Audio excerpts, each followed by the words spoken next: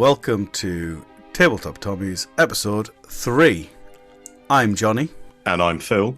And today we'll be talking about the armies we're working on at the minute. Very much off the back of quite a competitive tournament at the Welsh Nationals, where I personally am planning a thematic army next. What about you, Phil? Yeah, absolutely. Definitely looking forward to building something a little less cheesy. No Gurkhas in sight. No Brengineers, no Dacre Stewarts. Yeah, cracking. Well, what are you planning, Phil? So I've got 3 actually potentially on the go. I've got to go big or go home.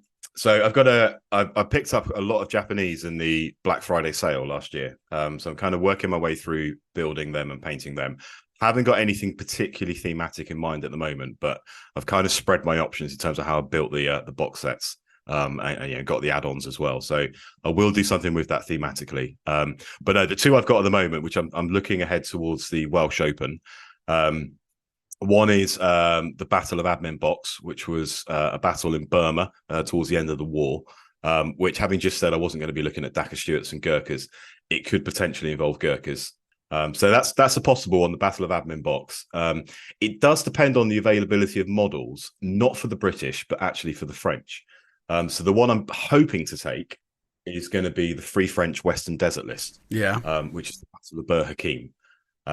The problem I've got at the moment is the War Games Atlantic French infantry box set is as rare as Rocking Horse Doodoo, and trying to get hold of a box of that is proving particularly difficult, and the Senegalese are going to appear in that list. Yeah, that one box set with the plastic Frenchman, because I prefer plastic models myself. Mm-hmm. I got loads of Warlord metal French, and then they released that box set.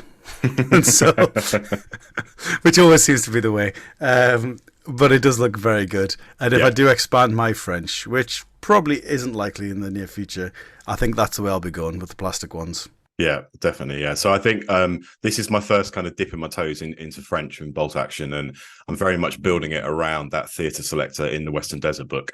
But if I do then expand into a sort of a generic French force, I'll be keeping that desert theme rather than going the early war route. Fair enough. So what sort of units are you going to put in it? So for those that don't know, so the Battle of Bur Hakeim, it was the summer of 1942, May to June 1942. And the context was that the French were holed up in Libya, and the Italians had basically encircled them. And the Battle of Bur Hakeim is effectively the French breaking out of this encirclement. Now, the French army at the time, they had some equipment that they'd managed to keep hold of, obviously when France capitulated. But they also had a lot of British equipment. So the list is really interesting. So you can take some of those like typical French units that you see in the Allies of the Army Book of the Allies of France and so on. But you also get some British add-ons. So it's in the Western Desert Selector. In terms of the infantry squads you can take, you've got things like the Foreign Legion. So they are veteran units who are stubborn. You've got the Senegalese who are, you can take as regular and they come as tough fighters. You've got the North African infantry section, which essentially is the Moroccans and Algerians and Tunisians, and they come with the Mountaineer special rule, which allows them to run through rough ground. Get some regular infantry if you want, and then there's also sappers and miners, which is only really relevant, to be fair, if you're playing some of the missions in the campaign book, because they're not engineers in the sense of having flamethrowers and so on. So quite a few options there in terms of squads, and the way the selector works is you're not limited to having 2 of a certain type. You effectively you can take up to 5 units, and it can be any combination of those units I just mentioned. With all the special rules. Yeah, so in terms of the units I'm looking at, it's going to be a combination of the Foreign Legion, the Senegalese, and I picked up some of the Artisans Moroccans, the Goumier, which are lovely models. So I'm hoping to sneak a unit of those in. What national rules do the Free French get? Do they still get a free artillery piece? So the Free French in the Western Desert, so it's a theatre selector rather than a reinforced platoon of the generic type. So they do get some of the same national special rules that the French get for the early war French, but there are some differences. So yes, they do get the forward artillery doctrine. So you are able to take an extra gun, but it can only be a light howitzer or a light or medium anti-tank gun. So not bad, not quite as good as the normal French. I say normal French, I mean early war French. No, but with this particular selector, so the Canon to 75, mixing my French and English there, it has a special rule in it for this selector whereby you can effectively turn it into a British 25-pounder. So you can fire it as a light howitzer, or you can pay an extra 5 points and also fire it as a light anti-tank gun. The ever popular 25-pounder. Yeah, appearing in a French list. So yeah, you do get the additional artillery unit, but as I said, only a light howitzer or a light or medium anti-tank gun. And then everything else is different. So they get a rule called Fighting French, which allows them to re-roll unsuccessful morale checks, much like the Soviets do. The second result stands. They get Colonial Veterans Rule, which essentially means you can't take any experienced troops of any kind. They get an interesting one called Sue's Officer. So the Sue Officer Rule basically means if your officer is killed once per game, as soon as an officer has been removed as a casualty, the NCO of the nearest infantry squad within 12 inches of the officer when he became a casualty takes over command of the platoon. And what rank does he become, that NCO? So he becomes a second lieutenant. So he gets all the benefits of a second lieutenant. So he gets the +1 to all order and morale tests to those to his own unit and those within 6 inches. Nice. But he remains with the original squad. So you don't have an extra unit. And so you lose the die, obviously, for that officer being killed. But the NCO of that unit, providing he's within 12 inches of the officer, will become the next officer, which is an interesting little rule there. Yeah, it's very cool. It does mean you have to think about where your officer's placed during the battle. Yeah, absolutely. Because if he's more than 12 away, I assume you just lose that perk. Exactly, yeah. You would lose the dice and you're no longer with an officer. Absolutely, yeah. Yeah. Yeah. So the final national rule is they get the Desert Fighters trait, which, to be fair, only really applies if you're playing the campaign missions where the desert rules come into play. So in terms of the actual selection itself, so you can have the usual situation of one officer, first or second lieutenant, 2 infantry squads from a combination of the ones I mentioned earlier, and then it's things like 0 to 3 infantry squads, an additional captain or major, a medical officer if you want, 0 to 1 MMG, or it is only an MMG. A mortar team, anti-tank team, and a marksman. So the marksman's interesting because it's the lone version rather than the team version. So it's a single marksman as a sniper, as opposed to a 2-man team as a sniper. Yeah. Artillery-wise, it's 0 to 1 anti-tank gun, and as I said, most of them are either light howitzers, or you can take some AT guns and also some anti-aircraft guns.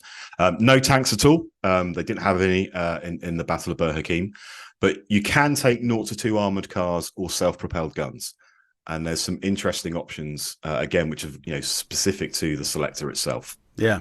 That marksman, so it's a man on his own, so he's quite vulnerable there. He is, yes. Yeah. Yeah. So do you get a points discount? Or? It's 10 points cheaper, so it's 40 points for a regular rather than 50 points for the sniper if it was a team. Yeah. Not bad. So what armoured cars can they take?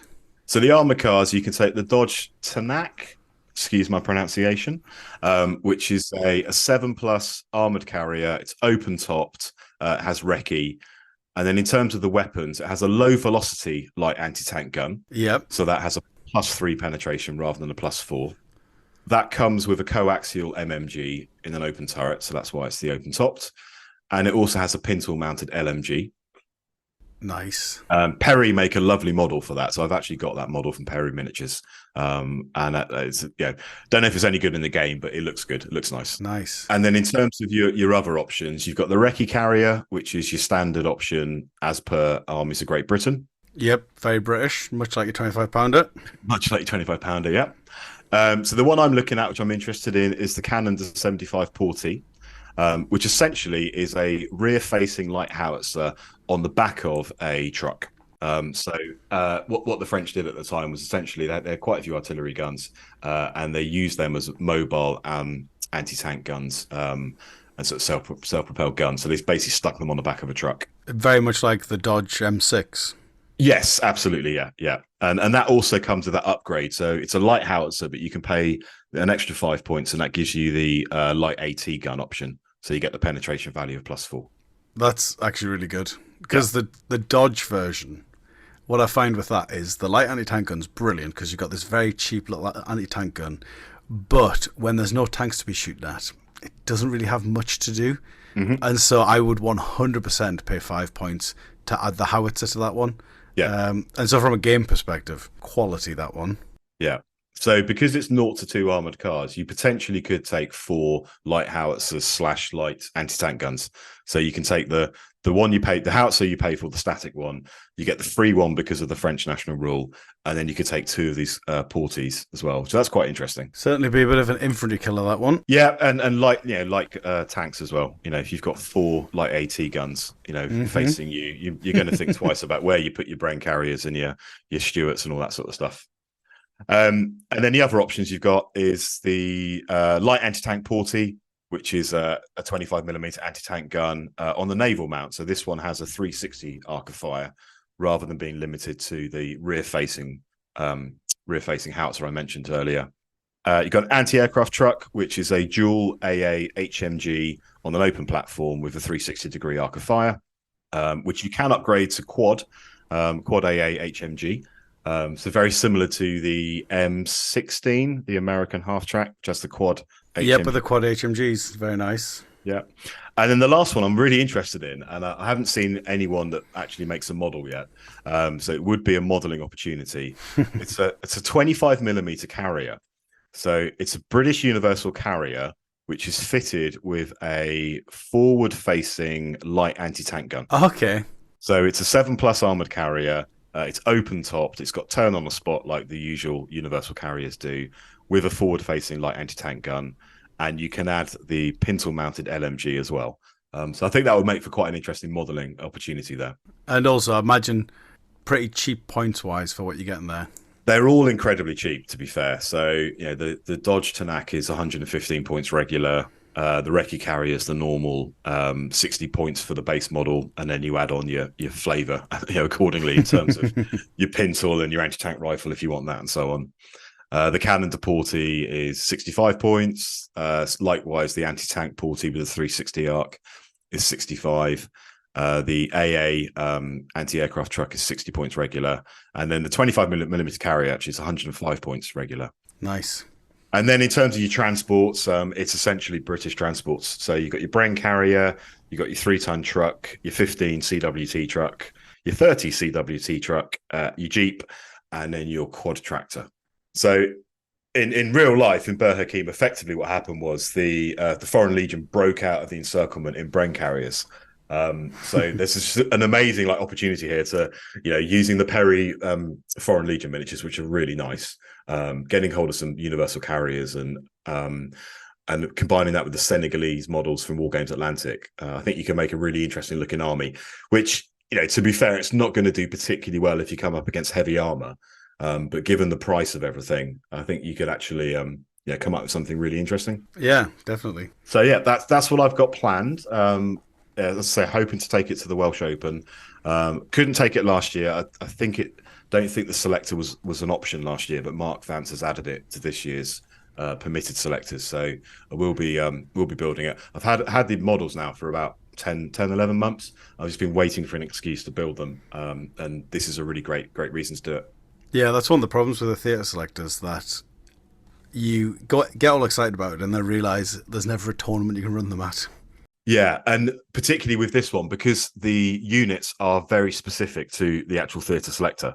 So with the 75 Portie, effectively that's going to be a Rubicon, 30 CWT truck with a Perry light howitzer stuck on the back of it.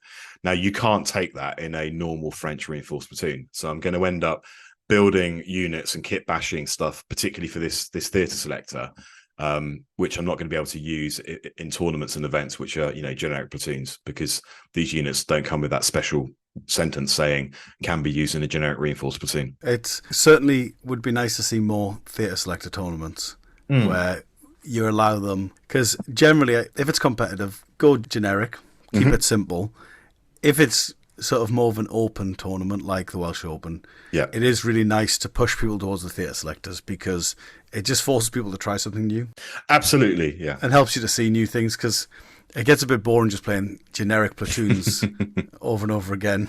Yeah. And it's really nice when you get a historical matchup. Yes, good. Yeah, so that's what I've got planned. So finishing off the Japanese, and I'll work out, a relevant theatre and build, when they're ready. But yeah, looking forward to the French, and Also, as I said earlier, I've got this idea of the Battle of Admin box for a kind of Indian Burma list as well. Yeah, and then you just need an opportunity to run it. Absolutely, yeah. So I'll make a decision. I bought a ticket already for the Welsh Open, and I bought an Allied ticket, so I'm definitely not taking Japanese. So it's just a question of if I can get hold of some of those War Games Atlantic box sets for the French, Senegalese, then yeah, it's going to be the French. Nice. And yourself, Jonny, what are you looking at now? I'm looking more at the other side of the war, the Axis powers, specifically Fortress Budapest. So when they released Campaign Fortress Budapest, I was generally very impressed with it as the book goes. I can't remember the author's name. And the funny thing is, it's in front of me and I can't see it. But I'm sure I'll feel like an idiot later when it's somewhere really obvious. But yeah, it's one of the best campaign books, I'd say, because not only does it have sort of all the nice history of the encirclement of Budapest and loads of nice scenarios and nice maps, it's also really well written in terms of it's very balanced. So most of the units, you can actually run them in normal games without too much imbalance. Okay.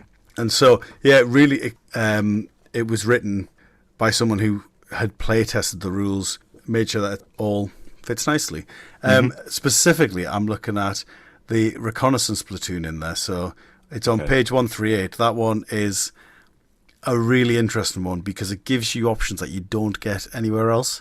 So because it's a recce platoon, everything has to be motorized. So you have to put everything in a transport.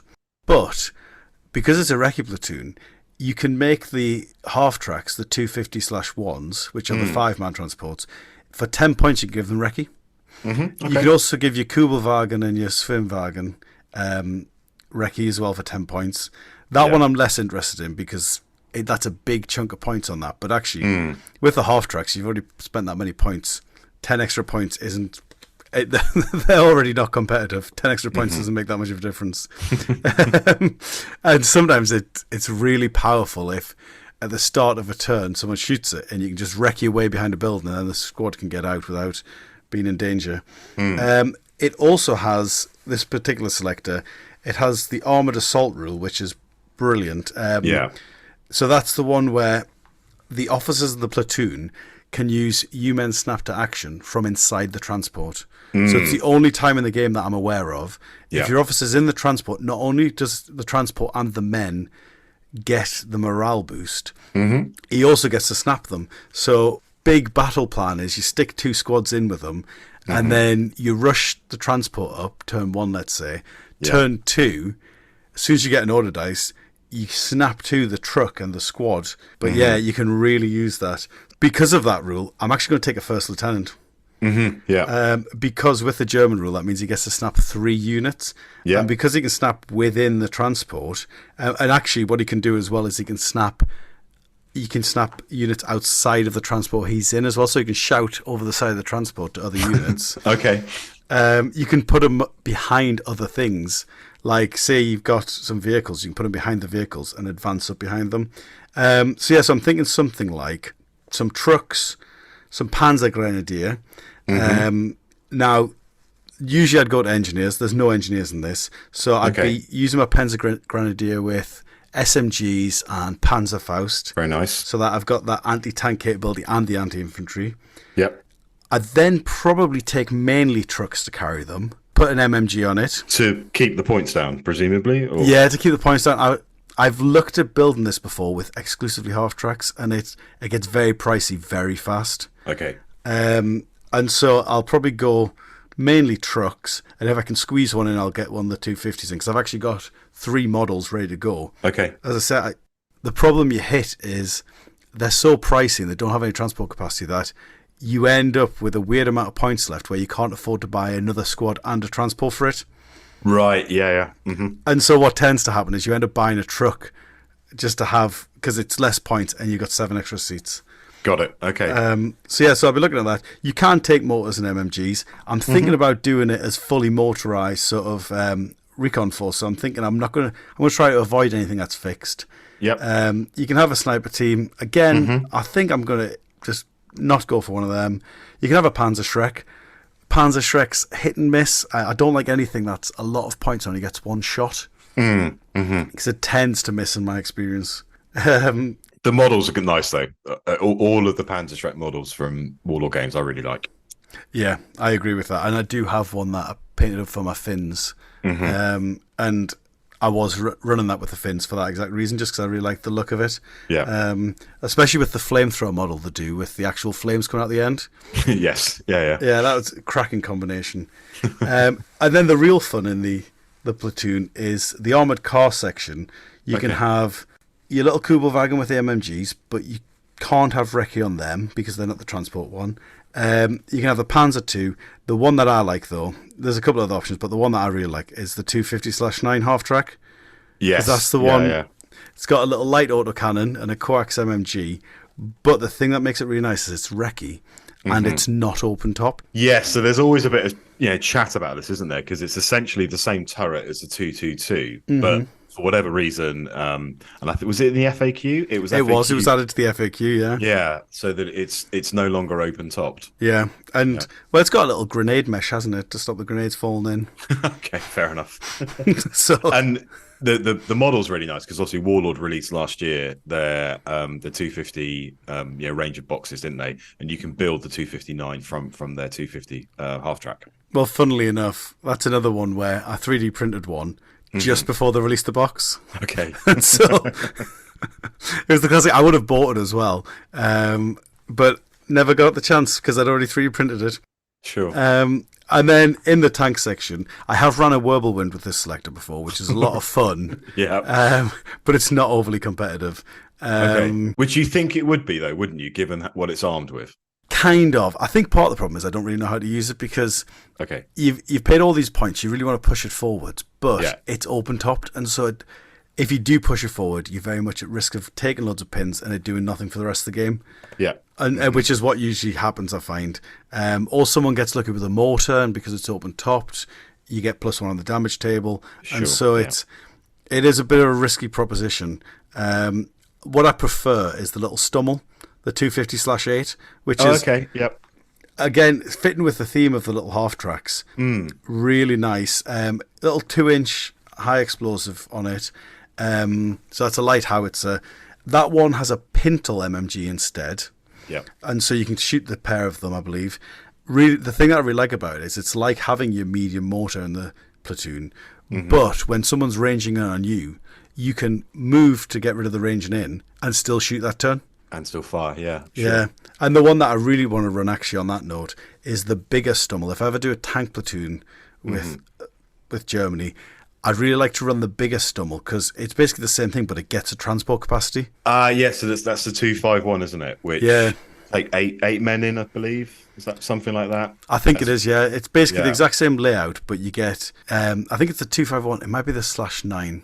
Okay, can't remember. But yeah, it can carry 8 men. So if in a tank platoon where you have to have transport capacity, it's really nice to not have to buy an extra truck or something for, say you want to just run a mortar or something like that in your back lines. Being able to just use the Stummel to transport them is brilliant. So yeah, that's what I'm thinking.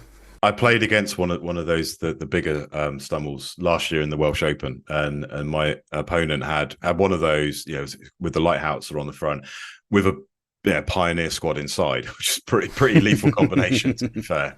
So it costs a lot of points, but when it does work and you make it work and it comes off, that's a really good combination. Oh yeah.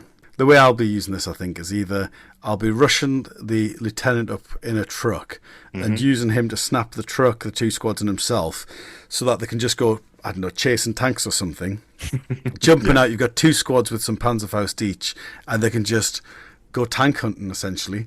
Because you don't have that risk that you usually get with transports, where you rush up and then everyone's just sat there praying for the next order dice to get out. Yeah, waiting to jump out, sure. Which is brilliant. Or the other way I might use it, which would be fun, is you put the truck behind the 250/9 and the Stummel, and then you get the officer to snap those 3 all at once. So you've got the 250/9s and the Stummel advancing together, all shooting at the same time, and then the truck just advances behind, getting hard cover from them. Yeah. Got it. I think that one probably. I think that's one of those battle plans that probably wouldn't work that well, but it would be a lot of fun. In theory, yeah. And it's worth mentioning that with this selector, you can take 0 to 2 armored cars plus 0 to 1 tank. Oh yeah, that's a good shout because I didn't mention that, and that is why I can take 2 of the 250/9s. Yeah, so you've got quite a few options there. I imagine, like you said, it can get expensive quite quickly. Yeah, it would be a great one for like a 1500. Yeah, sure. Tournament, because the way I really wanted to run it originally was run sort of 4 squads of Panzer Grenadiers veteran in half tracks, but it just gets super pricey, super fast. I think there's 75 points a half track, and then obviously 65 points for the veteran Panzer Grenadiers before you do anything, before you upgrade them in any way. And so you're already looking at 140 points before you do any upgrades like the recce for the half track or the SMGs. And that's one of the reasons I'm running them with SMGs rather than assault rifles, just to save to keep save the points down, yeah. And also they don't particularly need the extra range because in the transport you're aiming to get right in someone's face anyway. Yeah, sure. It's only really, I find the assault rifles are useful if you have a backline squad who are going to sort of stand back, maybe hold an objective, because then they've still got a bit of mobility plus the 18-inch range. Just listening to you talking about how you want to take the half tracks and take the tanks, it just reminds me. And I was this classic new player with Germans. I was like, right, I want a Panzer IV, and I want some half tracks, and I want I want Panzerfaust everywhere, and I want assault rifles. It's like, oh, I've got 7 dice and 1,000 points. Okay. Well, we'll see how this one goes. Yeah, I think the way that I run this is going to be like about 10 dice. I did the exact same thing. Though when I started with Germany, and funnily, I started with the Panzer III because I thought it's not so big that it's sort of limiting, but it's big enough that it can take a hit. And then I was never really impressed with it, and then put that back. It's currently on my shelf there. Hasn't seen the table for a while.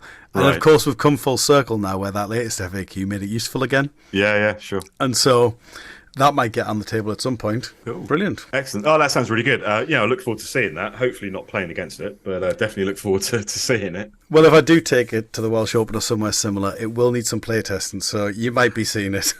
Fair enough. Okay. Well, me and my 4 anti-tank, light anti-tank guns and French, we'll wait and see how that goes. Yeah, my half tracks aren't going to enjoy that. No. Brilliant. Cool. Anything else you want to talk about today? No, I think that's it. It's just nice to, like you said, to take a break from some more competitive play, coming off the back of the Welsh Nationals. And start looking ahead to a more thematic event coming up in September with the Welsh Open. Brilliant. Right. Well, on that note, I guess I'll just say ta-ta for now.